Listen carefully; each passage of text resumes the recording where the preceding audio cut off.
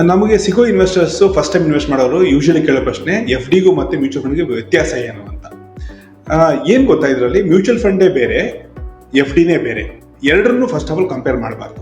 ಯಾಕೆ ಅಂದ್ರೆ mutual fund investment point of view ಬರುತ್ತೆ, ಮತ್ತೆ ಎಫ್ ಡಿ ನಿಮಗೆ ಸೇವಿಂಗ್ಸ್ ಪಾಯಿಂಟ್ ಆಫ್ ವ್ಯೂ ಬರುತ್ತೆ. ಅಂದ್ರೆ ಇದು ಉಳಿತಾಯ ಮಾಡುವಂಥದ್ದು, ಇದು ಹೂಡಿಕೆ ಮಾಡುವಂಥದ್ದು. ಸೊ ಉಳಿತಾಯ ಮಾಡೋದೇನೋ ನಿಮ್ಮ ಎಮರ್ಜೆನ್ಸಿಗೆ ಅಥವಾ ಶಾರ್ಟ್ ಟರ್ಮ್ ಏನಾದ್ರು ಇಂಪಾರ್ಟೆಂಟ್ ಗೋಲ್ಸ್ ಇದ್ರೆ ಅದಕ್ಕೋಸ್ಕರ ನೀವು ಎಫ್ ಡಿ ಅಲ್ಲಿ ಇನ್ವೆಸ್ಟ್ ಮಾಡ್ತೀರಾ ಅಥವಾ ಎಫ್ ಡಿಲಿ ಸೇವ್ ಮಾಡ್ತೀರಾ. ಅದೇ ಮ್ಯೂಚುವಲ್ ಫಂಡ್ ಆದ್ರೆ ಯೂಶಲಿ ಮ್ಯೂಚುವಲ್ ಫಂಡ್ ನ ಇನ್ವೆಸ್ಟಿಂಗ್ ಪಾಯಿಂಟ್ ಆಫ್ ವ್ಯೂ ನೋಡ್ತಾರೆ. ಅಂದ್ರೆ ಹೂಡಿಕೆ ಮಾಡೋದು, ಅಂದ್ರೆ ಲಾಂಗ್ ಟರ್ಮ್ಗೋಸ್ಕರ ಅಥವಾ ತುಂಬಾ ದೂರದೃಷ್ಟಿ ಇಟ್ಕೊಂಡು ಇನ್ವೆಸ್ಟ್ ಮಾಡ್ತಾರೆ.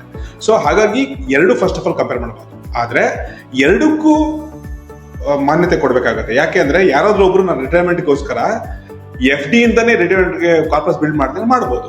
ಯಾಕಂದ್ರೆ ಅವ್ರು ರಿಸ್ಕ್ ತಗೊಳ್ಳುವಂತ ಕೆಪಾಸಿಟಿ ಇರೋಲ್ಲ, ಹಾಗಾಗಿ ಮಾಡ್ತಾರೆ. ಇನ್ನೊಬ್ರು